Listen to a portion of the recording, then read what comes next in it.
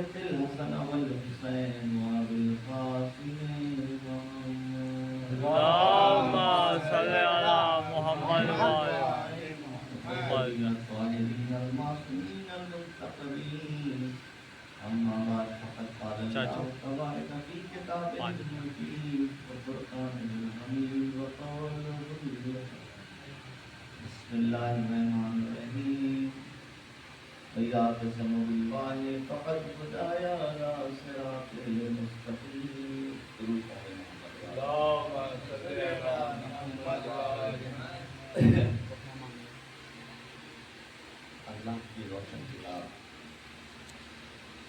وہ کتاب جس کا ہر حرف علم کا سرچشمہ، وہ کتاب جس کے ہر زیر و زبر میں معرفت کے صدق موجود ہے۔ واہ واہ واہ، معرفت کے صدق، واہ۔ وہ کتاب جو ہمارے لیے منشور بنا کے بھیجی گئی، ہمارے لیے مرشد ہدایت ہے کہ تم اپنی حیات کو اگر سنوارنا چاہتے ہو، نشے و فریب سے نکلنا چاہتے ہو، تو اس کتاب سے وابستہ ہو جاؤ، اور نہ اس کتاب سے وابستہ ہو بلکہ اس کے ساتھ بھی وابستہ ہو جاؤ جو اس کتاب کے جاننے والے ہیں، جو اس کتاب کے عالم ہیں، جو اس کتاب کے وارثان قرآن ہیں۔ اسی لیے پیغمبر کی حدیث ہے اور ان کی وصیت بھی ہے کہ میرے بعد اپنی امت سے حضور کہہ کے گئے کہ قرآن اور اہل بیت سے وابستہ رہنا، جب تک وابستہ رہو گے صراط مستقیم سے گمراہ ہوگے۔ درود پڑھیں محمد۔ اللهم صل على محمد وعلى محمد۔ اسی لیے قرآن میں دو طرح کی آیتیں ہیں، ایک محکم آیتیں ہیں، ایک متشابہ آیتیں ہیں۔ قرآن کی آیتوں کو دو کیٹیگری میں بانٹا گیا ہے۔ محکم آیتیں وہ آیتیں ہیں جن کے معنی علماء قرآن کے جاننے والوں نے سیدھے پڑھے اور اس سے بتا دیا یہ بات یہ کہی جا رہی ہے، اس کا عمل کرنا ہے۔ وقیم الصلاۃ وآتوا الزکوٰۃ، کی نماز کو قائم کرو، زکوٰۃ کو ادا کرو، یعنی جو احکام ہے وہ سیدھے سیدھے سمجھ میں آنے والے ہیں، وہ آیتیں محکم آیتیں کہلاتی ہیں۔ اور دوسری طرح کی آیتیں متشابہ ہیں، اس کو سمجھنے کے لیے وارثان قرآن یا قرآن کے جاننے والوں سے رابطہ کرنا پڑے گا۔ انسان خود اگر سمجھنا چاہے تو بہت ممکن ہے کہ وہ قیاس میں چلا جائے یا وہ گمراہ ہو جائے اور صراط مستقیم سے منحرف ہو جائے۔ اس لیے ضروری ہے کہ قرآن کو ہمیشہ جب لے تو ان سے لے جن کے قلب پہ قرآن نازل ہو۔ اللهم صل على محمد وعلى محمد۔ اسی لیے بزرگ معذرت کے ساتھ وہ بہتر جانتے ہیں، لیکن جوانوں عزیزوں، جب قرآن کو پڑھو تو ہمیشہ جب اس فرش ادا پہ آؤ کہیں پر بھی اپنی زندگی سے قرآن کو نہ جانے، قرآن کا دامن نہ چھوڑو، اور ہمیشہ یہ دعا کرو کہ پروردگار ہمیں قرآن کے ذکر سے وابستہ رکھے، کیونکہ اس کے تجلی قرآن سے، علوم قرآن سے، مفہوم قرآن سے، ظاہر قرآن سے، باطن قرآن سے، نور قرآن سے، قرآن کی ہر چیزوں سے ہم کو آشنا کر دے۔ درود پڑھیں محمد۔ اللهم صل على محمد وعلى محمد۔ سورہ آل عمران کی ایک آیت مختصر سی میں نے آپ کے سامنے اس کی تلاوت کی سعادت حاصل کی۔ اس میں اللہ نے کہا، حضور نے اپنی زبان سے فرمایا کہ وَيَعْتَصِمُوا بِاللَّهِ فَقَدْ هُدِيَ إِلَىٰ صِرَاطٍ مُّسْتَقِيمٍ۔ اس میں دو باتیں ہیں، ایک ہدایت کا ذکر ہے اور ایک عصمت کا ذکر ہے۔ یعتصم باللہ جیسے اعتصام سے بنا ہے، اعتصام بنا ہے عصمت سے، جیسے حشم ایک لفظ ہوتا ہے اس سے بنا ہے احتشام، اسی طرح سے عصمت ایک لفظ ہے اس سے بنا ہے اعتصام۔ تو لفظ احتسام کے معنی ہے صاحبان عصمت۔ کہاں کہہ رہا ہے کہ عصمت کا اگر تم نے دامن پکڑ لیا تو تمہارے لیے نجات معظم، یعنی کہا کہ جو لوگ، یعنی وہ لوگ فقط ہدایہ الی صراط مستقیم، ان لوگوں کو، وہی لوگ صراط مستقیم پر قائم ہیں، ان کو ہدایت ہوئی ہے جنہوں نے اپنے کو صاحبان عصمت سے وابستہ رہے۔ واہ واہ یعنی کہنے کا مطلب یہ کہ اگر تم یہ سمجھتے ہو کہ عصمت کو چھوڑ کے، فطرت کو چھوڑ کے، آل نبی کو چھوڑ کے، آل رسول سے الگ ہٹ کر تم ہدایت یافتہ ہو، تو ہادی ہو، تمہیں نماز کی ہدایت مل گئی، تمہیں عبادات کی ہدایت مل گئی، تمہیں روزے کی ہدایت مل گئی، یہ تو تمہارا گمان تو ہو سکتا ہے، لیکن قرآن کی نظر میں تم صراط مستقیم پہ نہیں ہو۔ صراط مستقیم تک کی ہدایت چاہتے ہو تو تمہیں وابستہ ہونا پڑے گا ان کی دامن سے جن کے دامن میں کبھی کوئی گناہ کا دھبا نہیں آیا، اور جن کے دامن میں گناہ کا دھبا نہیں ہے اس کو معصوم کہتے ہیں، اور جو معصوم ہوتے ہیں انہیں کو صاحبان عصمت کہا جاتا ہے۔ ایک درود پڑھ دیں محمد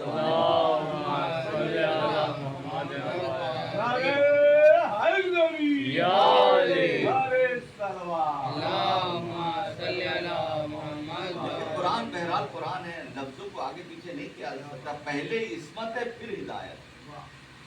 آپ یہ سوچے کہ عصمت و ہدایت پا جائیں گے اس کے بعد ہم عصمت سے وابستہ ہوں گے کہ کبھی ہدایت ہوگی کہ ہمیں یہ ہدایت ہوگی کہ نہیں، جب تک عصمت سے وابستہ ہوگے ہدایت ہو ہی نہیں سکتی۔ اس لیے یہ ہے رسول کی حدیث، وہی اسی آیت کی تفسیر میں وہ حدیث ہے کہ میرے بعد قرآن و اہل بیت سے وابستگی تمہیں صراط مستقیم پر لے جائے گی، تمہیں گمراہی سے بچائے گی۔ درود پڑھ دیں محمد والے اللہم صلی علی محمد۔ دو دن تقریر نہیں کروں گا، مختصر سی، لیکن آپ کی توجہ درکار ہے۔ اور اب دیکھیے اللہ نے جب ہدایت کا انتظام کیا تو نبی اور پیغمبروں کے سلسلے ہدایت کی، اور اس کے بعد ائمہ معصومین جن کو صاحبان عصمت، جو عصمت کبریٰ پہ فائز ہیں جن کو کہا جاتا ہے، ان کے ذریعے ہدایت کی۔ فرق کیا ہے؟ جو نبی اور رسول ہدایت کر رہے ہیں اور جو ہمارے صاحبان عصمت معصومین ہدایت کر رہے ہیں، ان دونوں کی ہدایت میں کیا فرق ہے؟ موٹے طور پہ بچوں کو سمجھانے کے بزرگ ان سے بہت بہتر جانتے ہیں کہ جو نبی کے ذریعے پروردگار نے اپنے پیغام کو بھیجا، اس کی اساس نظام عدل، کہ ہمارے پیغام کو عدالت کے ساتھ پہنچانا، اس کی اساس نماز عدل تھی، اور عدل جو ہوتی ہے عدل کے ساتھ اس کو اپنی رضا بھی دے دی، پروردگار رضا بھی دے دی، لیکن مصلحت نہیں دی، مصلحت نہیں دی، کسی نبی یا پیغمبر کو مصلحت نہیں دی خاتم المرسل کے علاوہ، وہاں پر رضا دی، عصمت بنایا، معصوم بنایا، صاحبان عصمت بنایا، ان کو عدل کے ساتھ ہدایت کا وعدہ لیا، لیکن مصلحت نہیں دی۔ آپ دلیل مانگیں گے، جناب موسیٰ ہیں، مادر موسیٰ کو جب خبر ہوئی کہ فرعون کے جاسوس اس کے گھوشتے ہوئے آ رہے ہیں، اس ننھے سے موسیٰ کو تنور میں ڈال دیا، وہی آگ ہے، وہی تنور ہے، موسیٰ جلے نہیں، وہی کیوں؟ پروردگار کی مصلحت تھی، پروردگار نے اس آگ سے نہیں جلایا، لیکن وہی موسیٰ ہے، فرعون کا دربار ہے۔ ایک بار فرعون کہتا کہ دماغ میں آیا کہ یہ وہی بچہ تو نہیں ہے جو میرے لیے قتل کا باعث بنے گا، جو میری تباہی کا باعث بنے گا، تو کہا کہ اس کا امتحان لیا جائے، اس کے آگے انگارہ رکھ دو، ایک جلتا ہوا انگارہ رکھ دیا جائے، وہی آگ رکھی گئی کہ اگر یہ نبی ہوگا تو انگارہ نہیں چھوئے گا، اگر عام انسان ہوگا تو انگارہ اٹھا لے گا۔ چاہتا تو پروردگار وہی پروردگار جس نے تنور کی آگ سے موسیٰ کو بچایا، لیکن یہاں پر اب مصلحت تھی کہ موسیٰ نے انگارے کو ہاتھ میں اٹھایا، زبان پہ رکھا، زبان جلی، پوری زندگی لکنت میں گفتگو کرتے رہے، وہی مصلحت تھی، ایک جگہ آگ سے بچا لیا، ایک جگہ آگ سے جلا دیا۔ یہ مصلحت ہم نے نبیوں کو نہیں دی، یہ مصلحت وہ ہے جو عدل اور رضا کے ساتھ اگر دی ہے تو ائمہ معصومین کو عطا کی۔ اللہم صلی علی محمد وآل محمد۔ نبی اور پیغمبر کو جو ہدایت کا وسیلہ بنایا، عدل کے ساتھ بنایا، اور ائمہ معصومین کو بنایا، اسے فضل کے ساتھ بنایا۔ وہ فضل جس کے اندر مصلحت بھی شامل ہے، رضا بھی شامل ہے، اور عدالت بھی شامل ہے۔ درود پڑھ دیں محمد۔ اللہم صلی علی محمد وآل محمد۔ نبی پیغمبر کی ہدایت میں آپ کو عدالت ملے گی، آپ کو عدالت ملے گی، رضا ملے گی، لیکن مصلحت نہیں ملے گی۔ لیکن معصومین کی جب ہدایت آپ دیکھیں گے تو وہاں عدالت بھی ہے، وہاں رضا بھی ہے، وہاں پر مصلحت بھی عطا کر دی. اور یہ جب تینوں ایک ساتھ جمع ہو جاتے ہیں، جہاں مصلحت، جہاں رضا اور جہاں عدالت ایک ساتھ جمع ہو جائے، اسی کو فضل ہے. ضرور پڑھیں محمد والے صلی اللہ محمد وآل محمد. ایک درود پڑھ کے دیکھ رہا محمد وآل محمد. مجھے فضل تک لانا تھا کیونکہ آج کا دن ابو الفضل سے وابستہ ہے. ایک درود پڑھیں محمد. اللہم صلی اللہ محمد وآل محمد. اب فضل کو آپ سمجھ لیجئے کہ فضل کی اگر آپ مثال مانگیں گے تو آپ دیکھیں ایک چیز ہوتی ہے کاربن. سبھی نے سنی ہے، سبھی نے پڑھی ہے کاربن. کاربن کے الگ الگ قسم ہوتے ہیں، الگ الگ، جس کو ٹیکنیکل زبان میں ایلوٹراپس کہتے ہیں. وہی کاربن کوئلے میں بھی پایا جاتا ہے، وہی کاربن چارکول میں بھی پایا جاتا ہے، وہی کاربن کاغذ میں بھی پایا جاتا ہے، وہی کاربن کوئلے کی کھانوں میں جب ملتا ہے تو ہیرے کی شکل میں پایا جاتا ہے. کاربن وہی ہے لیکن کیمیکل چینجز کے ساتھ ساتھ مختلف جگہ پر مختلف نام سے پایا جاتا ہے. اور یہی کوئلہ، یہی کاربن جب ہیرے کی کان میں آتا ہے تو ہیرے کی کان میں پڑا ملینز آف ایئرس کے بعد وہی کوئلہ ہیرے میں بدل جاتا ہے. یعنی سائنسدانوں نے یہ بتایا کہ ایک ہیرے کو بننے کے لیے کم سے کم 1 ملین سال، یعنی 10 لاکھ سال کی ضرورت ہوتی ہے. ایک کاربن جو کوئلے کی شکل میں ہے اس کو ہیرا بننے کے لیے 10 لاکھ برس کی مدت چاہیے، جس میں وہ کیمیکل کمبینیشن اور کیمیکل ری ایکشن کے ذریعے وہ کوئلے کا ایٹم، کاربن کا ایٹم ڈائمنڈ میں بدل جاتا ہے، ہیرے میں بدلتا ہے. تو سائنسدان کیا بتا رہے ہیں کہ کوئلے سے کاربن سے ڈائمنڈ کا جو سفر ہے یہ 10 سال کا سفر ہے. اب آئیے چلیں امام کی بارگاہ میں. ایک شخص آتا ہے علی ابن الحسین، چوتھے امام، امام زین العابدین، چوتھے امام کی آنند. مولا بہت پریشان ہے، مولا چلے جا رہے ہیں مسجد کی طرف، وہ مولا کے پیچھے پیچھے. مولا تنگ دستی کا عالم ہے، مولا بہت پریشانی ہے، مولا غربت ہے، مولا کثیر عیال ہوں، مولا مشکلوں سے گزارا ہو رہا ہے. مولا نماز پڑھے، مسجد میں گئے، نماز پڑھے، سائل ان کے ساتھ ساتھ نماز ختم ہوئی، مسجد سے نکلے، مولا گھر کی طرف جا رہے ہیں، بیت الشرف جا رہے ہیں، وہ سائل ساتھ ساتھ اپنی غربت کا اعلان کرتا ہوا جا رہا ہے. مولا میں تنگ دستی میں ہوں، مولا میں مشکلات میں ہوں. گھر آئے، کہا کہ کئی تو اس سے بھوکے، آؤ میرے ساتھ کھانا کھا. اپنے ساتھ کھانا کھایا، کھانے کی میں دسترخوان میں بٹھایا. اس کے بعد کہا کہ تو میرا مہمان ہے، آ تجھے میں تیرا ہاتھ دلا دوں. کہا مولا ہاتھ جوڑ دیا. مولا یہ ہاتھ تو شرف، میں غلام ہوں، میں آپ کا. کہا کہ نہیں، اس وقت تو میرا مہمان ہے، میں میزبان ہوں، یہ میرا ہے کہ میں تیرا ہاتھ دلاؤں. اس نے ہاتھ دھونا شروع کیا. وہ پانی ڈال رہے تھے، ہاتھ کی جھوٹن جب وہ نیچے گر رہی تھی، ایک بار مولا نے کہا ذرا اس جھوٹن کا پانی اٹھاؤ. اب جو اس نے ہاتھ کو اٹھا کے دیکھا اس میں ہیرا ہی ہیرا نظر آیا، ہیرے جواہرات نظر آ رہے تھے. مولا سائنسدان تو یہ کہتے ہیں ایک ہیرے کو بننے میں کم سے کم 10 لاکھ سال لگتے ہیں، مگر یہ تو لمحے بھر میں آپ نے ہیرا بنا دیا. تو شاید مولا جواب دے، وہ جو سائنسدان کہہ رہے ہیں وہ عدل ہے، جو میں دکھا رہا ہوں وہ فضل ہے. اللہم صلی اللہ محمد وآل محمد. یا علی یا علی. جو میں دکھا رہا ہوں وہ فضل. یہ علی ابن حسین تھے. آئیے ابن بابا کی بارگاہ میں. امام حسین چھوٹے سے سن ہے، 4 برس کا سن ہے، مسجد کی سیڑھیوں سے اتر رہے ہیں اور ایک سائل مسجد کی سیڑھیوں پہ چڑھ رہے ہیں. کہاں جا رہا ہے؟ کہا کہ میں راہب ہوں، اپنی تقدیر کا حال جاننے جا رہا ہوں. کیسی تقدیر؟ میں جاننا چاہتا ہوں آپ کے نانا سے کہ میری قسمت میں اولاد ہے کہ نہیں، میری قسمت میں اولاد ہے کہ نہیں ہے. نانا کے پاس پہنچا، رسول نے دیکھا ایک فلک، دوسرا فلک، 7واں آسمان دیکھا. کہا کہ تیری قسمت میں اولاد ہے. واپس ہوا مایوس، پھر سیڑھیوں سے اتر رہا ہے. مولا امام حسین کھڑے ہوئے ہیں. کیا ہوا؟ کہا نانا نے، آپ کے نانا نے کہا کہ میری قسمت میں اولاد نہیں ہے، آپ کی قسمت میں اولاد نہیں ہے.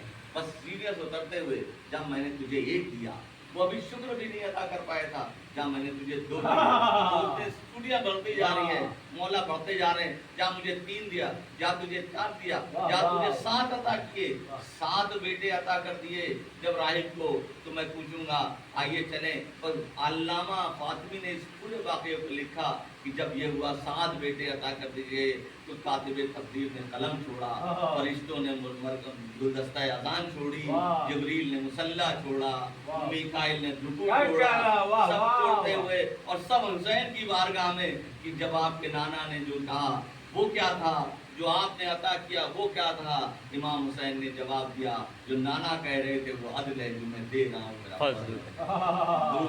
اللہم صلی علی محمد و آل محمد۔ وہ میرا فضل ہے۔ اسی طرح سے مولا کائنات کی بارگاہ میں ایک شخص آیا، خلافت کا دور ہے، کوفے کی گلیاں ہیں، ایک شخص پکڑ کے لایا گیا امیر المومنین علی ابن ابی طالب علیہ السلام، اللہم صلی علی محمد و آل محمد۔ چاہنے والا ہے مولا کا، لیکن کسی وجہ سے، کسی مجبوری کی وجہ سے چوری کرتا ہوا پکڑا ہے، رنگے ہاتھ پکڑا گیا، اب بڑا مایوس ہے، امام کی بارگاہ میں لایا گیا کہ یہ دیکھیے یہ چوری کر رہا تھا، اس کو رنگے ہاتھ پکڑا گیا۔ امام نے اس پر دیکھا، کہا تو میرا چاہنے والا تھا، کہا سر جھکا لیا، کہا کہ مولا مجبوری تھی، کہا کہ اب تم نے اقرار کر لیا ہے تو سزا تو تجھے ملے گی۔ قمبر اس کی انگلیوں کو کاٹ دیا، قمبر نے اپنے تلوار نکالی اور اس کی انگلیوں کو قطع کر دی، انگلیاں کٹنے کے بعد وہ جا رہا ہے تو مولا کے قصیدے پڑھتے ہوئے جا رہا ہے، مولا آپ نے جہنم کی آگ سے مجھے بچایا، آپ نے تو میری آخرت کو بخیر کر دیا، آپ نے اس دنیا کی سزا اس دنیا میں دے کے میری آخرت کو سکون بخش بنا دیا۔ وہ مولا کا قصیدہ پڑھتے ہوئے جا رہا ہے، باہر شور لگے ہوئے، لوگوں نے گھیر لیا، ہاتھ کٹا ہوا ہے، آنکھوں سے خون ٹپک رہا ہے اور وہ مولا کے قصیدے پڑھ رہا ہے۔ ایک ایک آدمی پوچھ رہا ہے جس نے تیرے ہاتھ کو کاٹا تو اسی کے قصیدے پڑھ رہا ہے، جس نے تیری انگلیوں کو کاٹ دیا تو اسی کے قصیدے پڑھ رہا ہے، یہ کیا معاملہ ہے؟ بس ہاں مولا کے شور اندر تک آیا، پوچھتے ہیں قمبر یہ باہر شور کیسا ہے؟ کہا مولا جس کے آپ نے انگلیاں کاٹی تھی وہ باہر آپ کے قصیدے پڑھ رہا ہے، ایک ہجوم لگا ہوا ہے، کہا اس کو بلا کے لاؤ، اس کو بلا کے لائے، اس نے کہا کیا کہا؟ اس نے کہا کیوں قصیدے پڑھ رہا ہے؟ مولا آپ نے میری آخرت بخیر کر دی۔ وہ نادم تھا، وہ ندامت تھے، مولا نے کہا قمبر تو اس کی کٹی ہوئی انگلیاں کو لاؤ، کٹی ہوئی انگلیاں رکھی، رومال کے اندر رکھی، ہاتھوں کو پھیرا، اب جو دیکھا کہ اس کی انگلیاں واپس تھی، کروں گا، وہ گڑ گڑانے لگا مولا وہ جو کاٹی تھی تو پھر جوڑی کیوں، جب جوڑنا تھا تو کاٹا کیوں تھا؟ کہنے لگے وہ جو کاٹا تھا وہ میرا عدل تھا، جو میں نے جوڑی ہے وہ میرا فضل ہے۔ اللہم صلی علی محمد و آل محمد۔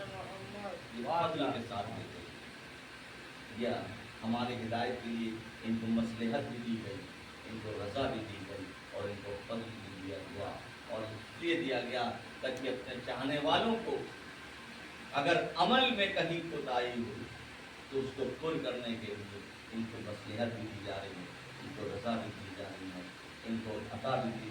کہ عدالت کے ساتھ نظام قائم کرو گے، لیکن اگر تمہارا کوئی چاہنے والا عمل کی بنیاد میں اگر ذرا لرزش میں ہے، کسی مجبوری میں ہے، کوئی کوتاہی کر رہا ہے، تو دیکھو میں پروردگار کی حیثیت سے مغفرت کا کرتا ہوں، تم میرے بندے ہو کے، تم ائمہ معصومین ہو کے شفاعت کا حق کرو۔ شفاعت کا حق معصومین کو دیا، مغفرت کا حق پروردگار نے اپنے پاس رکھا، اسی لیے رکھا کہ اگر کوئی بندہ عقیدہ کے ساتھ اگر عمل کے میدان میں کمزور ہو جائے تو مایوس نہ ہو، وہ اگر وہ کہ ہم نے اپنے معصومین کو فضل کے ساتھ بھیجا ہے کہ ان کے چاہنے والا اگر کبھی عمل کے میدان میں کسی وجہ سے، کسی مجبوری سے، کبھی کوئی بہکاوے میں اگر عمل کے میدان میں کچھ کمزور ہو جائے تو ان کو فضل کے ذریعے تم اس مقام پہ لا گئے، جو ان کا مقام ہے درود پڑھتے ہیں۔ اسی لیے کہا تھا کہ محمد سے وفا تم نے تو نہیں کی، یہ جہاں چیز ہے کیا لوح و قلم تیرے ہیں، یہ تو حضور کے لیے تھا، لیکن جب امام حسین کی بات آئی تو کہا کہ تیرے سجدے کا بدل یہ ہے کہ ہم تیرے ہیں۔ وہ سجدہ عطا کر دیا ہے کہ اب میری مصلحت بھی تیری، میری رضا بھی تیری، میری بخشش بھی تیری۔ اب حسین اگر کسی کی سفارش کر دے تو وہ ضائع نہیں ہے، اگر حسین کسی کو بیٹے عطا کر دیا اگر راہب کو بیٹے عطا کر سکتے ہیں تو اپنے چاہنے والے عزاداروں کو بھی کیا ان کی دلی مرادیں نہ پوری کریں گے؟ کہا کہ بالکل پوری کریں گے۔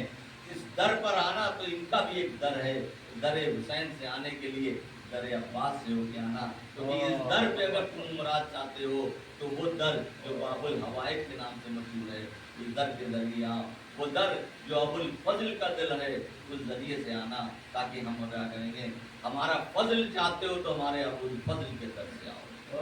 ابو الفضل اس کو مولا عباس کے بیٹے کے نام کی وجہ سے نہیں ہے، بلکہ ابو الفضل اس لیے کہا جاتا ہے کہ وہ فضیلتوں کا باپ، فضیلتوں کا چشمہ، جہاں سے فضیلتیں جنم لے رہی ہوں، اس لیے غازی کا ایک لقب ابو الفضل، فضیلتیں جہاں اس معراج تک پہنچا دی اپنی فضیلتوں کو۔ کربلا کے 72 شہید ہیں، لیکن حضرت ابو الفضل عباس کا مقام نمایاں ہے، اور وہ مقام اس لیے نمایاں ہے کہ سب سے بڑی بات کو اپنے وقت کے امام کو پہچانتے، سب سے بڑا جو ان کی کامیابی کہ وہ علم اور معرفت کے اس منزل میں تھے کہ انہیں معرفت امام، اور یہی بات ہے کہ امام حسین جب مدینے سے لے کر کوفہ اور کربلا تک پہنچے، بہت سے لوگوں نے کیا اپنے کیا پرائے کیا قید کیا خاندان والے بہت سے لوگوں نے مشورہ دیا، لیکن دو ذات ایسی تھی جنہوں نے کبھی مشورہ نہیں کیا، ایک جناب زینب کی ذات تھی اور ایک جناب ابو الفضل عباس کی۔ کیوں؟ کیونکہ یہ دونوں معرفت امام رکھتے تھے۔ امام اگر خاموش ہیں تو اس کے لیے وجہ ہے، امام بول رہا ہے تو اس کے لیے وجہ ہے، امام کی بھویں کڑی ہوئی ہیں تو اس کی بھی وجہ ہے۔ ہر بات میں امام کے پیچھے کوئی حکمت ہے، اور اس حکمت شناس ذات کا نام حضرت ابو الفضل۔ 72 شہیدوں میں جو سب سے نمایاں صفت تھی وہ یہ تھی کہ وہ حکمت شناس تھے، اس لیے کبھی کسی معاملے میں کوفہ سے لے کر اور کربلا تک اور مدینے سے کوفہ تک کسی مقام پہ حضرت ابو الفضل عباس نے امام حسین کو نہ کبھی کوئی مشورہ دیا، نہ کوئی بات بتائی کہ امام میں یہ سوچتا ہوں کہ آپ ایسا نہیں ایسا کریں۔ کیوں؟ حکمت شناس، امام کی مصلحت سے واقف تھے۔ اور اس کے بعد اطاعت کی منزل یہ تھی کہ ایک بار بچپنے کا واقعہ ہے، امام حسین کو پیاس لگی، پانی کا طلب کیا، لیکن دیکھا تو چھوٹا بھائی حضرت ابو الفضل عباس سو رہا ہے، پیاس کی شدت میں ہو گئے، اور اس کے بعد تھوڑی دیر بعد آنکھ کھلی تو کہا کہ بھیا عباس میں پیاسا ہوں، بس عباس دوڑتے ہوئے گئے اور اس طرح سے پانی لے کے آئے کہ مشکیزیں جو سر پہ رکھا تھا، اور جو تیزی سے چلتے ہوئے تو پورا پانی ان کے پوشاک اتر کر چکا تھا۔ یہ دیکھ کر امام حسین نے کہا مرحبا عباس، جزاک اللہ عباس، تم نے بھائی کی پیاس بجھائی، لیکن ایک وقت ایسا ہوگا کہ میرے بچے اللہ تش میں سلائے دیں گے اور خیمے میں ایک پانی نہ ہوگا، تو بس اس وقت تم بچوں کے لیے پانی کی سبیل نہ کر پاؤ گے۔ بس یہ سننا تھا۔ جناب عباس بے چین ہو گئے، جناب عباس بے چین ہو گئے۔ اب جناب عباس کو نیند نہیں آتی، وہ سوتے نہیں تھے کہ کہیں میرا کو نہیں معلوم کہ کس وقت میرا آقا مجھے آواز دے دے، مجھ سے پانی کی طلب کرے، حسین کے بچے مجھ سے پانی مانگنے اور میں نہ لا سکوں، نہ لا کے دے سکوں۔ بس اسی اثنا میں کئی دن اور کئی رات تک جناب عباس جاگتے رہے۔ ایک صبح کو جب جناب زینب کی نظر پڑی تو دیکھا جناب عباس، میرے بھیا تمہارے چہرے کا کیا حال ہے؟ میری آنکھیں سرخ سرخ ہیں، یہ لال لال آنکھیں لے کے کیا تمہیں کوئی مرض ہو گیا ہے؟ یہ کیا بات ہے؟ بس جناب عباس کو جو بہت اصرار کیا جناب زینب نے تو پورا واقعہ سنایا۔ بس اس ان میں سے بھائی کا ہاتھ پکڑ کے آقا امام حسین کی بارگاہ میں آئیں جناب زینب، اے باپ اے بھیا، آپ نے جناب عباس سے کیا کہہ دیا ہے کہ کئی راتوں سے سویا نہیں، کئی راتوں سویا نہیں ہے، آپ نے کس دن کی بات بتا دی ہے؟ بس امام حسین نے عباس کو گلے سے لگا دیا، بھیا وہ آج کا واقعہ نہیں ہے، ایک دور آئے گا، ایک ہوگا جب میری امامت ہوگی، کربلا کا دشت ہوگا، فرات تو بہ رہی ہوگی لیکن خیام حسینی فرات سے دور لگے ہوں گے، خیموں میں پانی ختم ہو چکا ہوگا، مشکیزیں سوکھ چکے ہوں گے، بچوں کے ہوٹے بھوٹوائے ہوں گے، ان کے ہوٹوں پر بریک صدائے علاقہ ہوگی، ہائے پیاس ہمیں مارنے ڈال رہی ہے، ہائے پیاس ہمیں ڈال رہی ہے، ننے بچے ہاتھوں میں کوزے لیے ہوئے